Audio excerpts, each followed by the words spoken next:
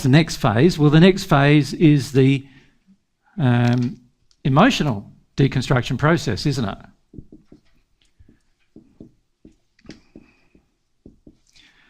The emotional deconstruction process. Well, now, this is a lot more complicated, isn't it?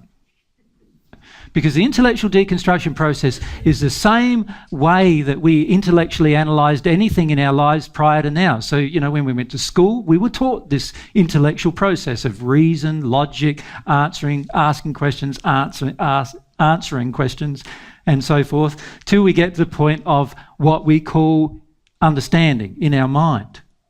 And that's what all of us have done. And many of you have done that through your school life. How many have been to university? Like, well, 3, 2, maybe 1/3 to 1/2, and you've done it there as well. Right? You've had to do it there to learn. That's the way you've learned. But the problem with that kind of learning is that it's not the kind of learning that you need for your soul.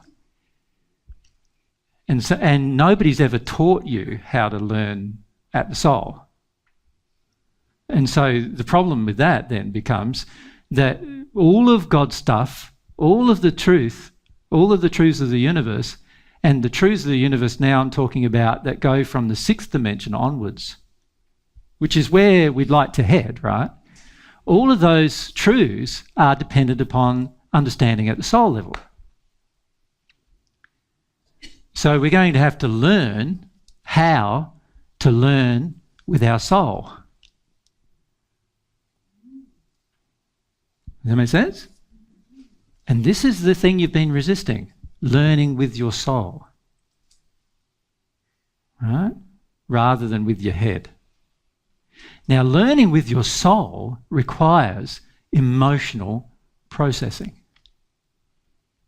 And that's why we find it so difficult, because we have a global problem with emotion. Right? And this is why it's difficult for us to grasp it. Now, if I had a group of 5-year-olds here, I would be able to teach them how to feel emotion probably within 1 week at the maximum. Right? At the maximum. Now, why is that? Because they are already closer to the point of feeling emotion. They've not got all of the layers of facade and layers of terror and pain, you know, and particularly they have that, of course, but they don't have many of these yet established, particularly intellectually established. So it's quite easy for them to. And in fact, what we found with Eloise's children, because we've had a bit to do with them, you know, I can sit with them and just hold them for a few minutes and they're already in their emotion. Don't even have to say anything. So you know how you've got the emotion of rebellion in you, and the majority of you have that, right? You just love to rebel against law. But you know, to trigger that in a child, all you've got to do is hold their arms, hold their legs and sit them on your lap. But I'm not going to do that with you. Because you'd be kicking and screaming and I'll probably get hurt or even killed in the process, right? But a 5-year-old, you can do that, right? And it triggers their feeling of rebellion. Eventually they get into the sadness. Yeah. I remember a little tacker who was in the back of a car and the parents wanted to take him out because he was screaming and yelling all the time. And I said, just leave him there. Strap him in.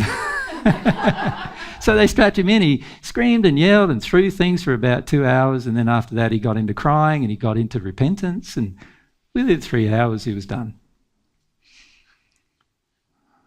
After that he was a dream to travel with in the back. Yeah. That's how it works, you know.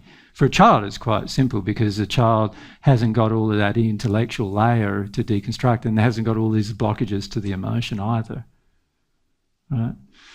But we're adults, so we're going to have to go through a process here. Can you see that? We're going to have to go through a process of relearning how to have a soul-based awareness process. And that is the emotional deconstruction process. It's a soul-based process. Now, I've listed that soul-based process in your outline. Right? There's 7 or so steps in that soul-based process, starting with the emotional denial, and then a developing emotional awareness and so forth. Now, my suggestion to you is to really settle yourself and study that information about the process. Okay? Because that's the process you've lost naturally. Now, that process is natural in a young child. It's quite easy to teach. But for adults, it's quite difficult because we've got all these reasons why we shouldn't do it, all that we've established beforehand. But it has to be done because, as I said to you earlier in our Q&A, I think it was it in our Q&A? It might not have been, but it might have been this morning in the homework session, that, remember, the soul communicates with God's soul only as a soul-to-soul communication. It doesn't go via language and intellect, right? So soul-to-soul. So if you want to receive information from God, which is the goal here, isn't it? We're here because we want to receive an education in love, and that only can come from God. The world's view of love, totally distorted. So we need to get the education from God. And the only way we can get the education from God is through soul-to-soul communication. So we need to learn how to do it.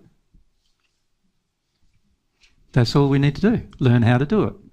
Now, most of you have been getting real self-punishing about that process and frustrated with yourself and annoyed with yourself and annoyed with me and annoyed with anybody you can, really. You know, sometimes you've gone into rebellion and so forth about the process, but it's just a process of learning something that you don't or no longer know how to do, that's all.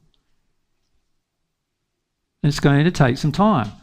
It's going to take some time because the whole world is opposed to you doing it.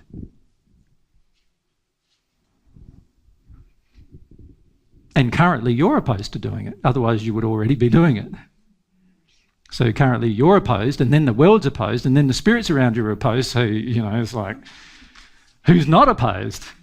Jesus. He's not opposed to you doing it, right? But he's one of billions. And that's one reason why you haven't done it yet, is because you want the billions to come along for the ride so that you won't be attacked by the billions in order to get it done. Isn't that the case? Many of you are waiting for your families to come along, your friends to come along. You're hoping that they will at some point in the future. But honestly, they're not going to until they notice the benefits of it. And the only way they're going to notice the benefits of it is if you do it and you show them the benefits of it. That's the only way they're going to do it, probably. And like I said, they're the first ones that are going to oppose you anyway, because they have a different idea of what truth is and have a different idea of what love is, and of course they're going to oppose it initially. I don't have a single member of my family in the first century who didn't oppose it.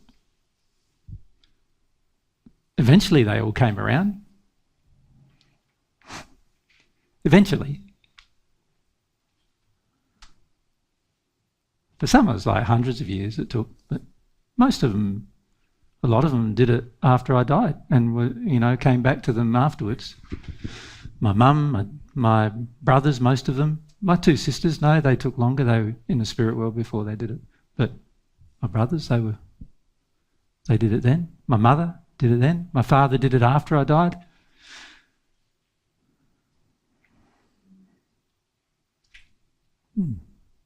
Most of the disciples did it after I died. But they all did it, even given the opposition. Right? Okay, so